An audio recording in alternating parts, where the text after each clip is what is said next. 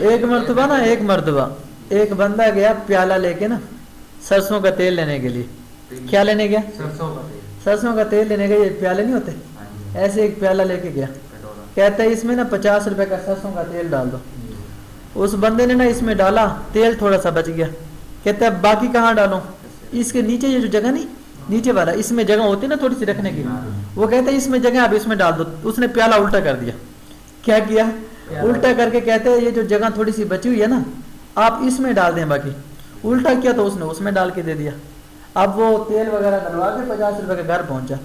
جیسے ہی گھر پہنچا نا امی نے کہا وہ پیالہ اس نے کیسے پکڑا ہوا تھا؟ الٹا.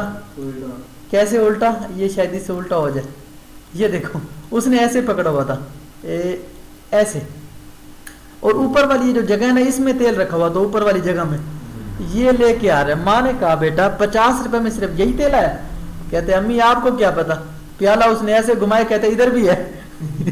کہتے باقی ادھر بھی ہے, ادھر دیکھیے اس میں بھی باقی پڑا ہے. اب سارے کا سارا تیل ضائع ہو گیا. ادھر والا بھی ادھر والا بھی. لالچ. تو پیالے سے ایک چھوٹی سی کہانی آپ کو سنا دی.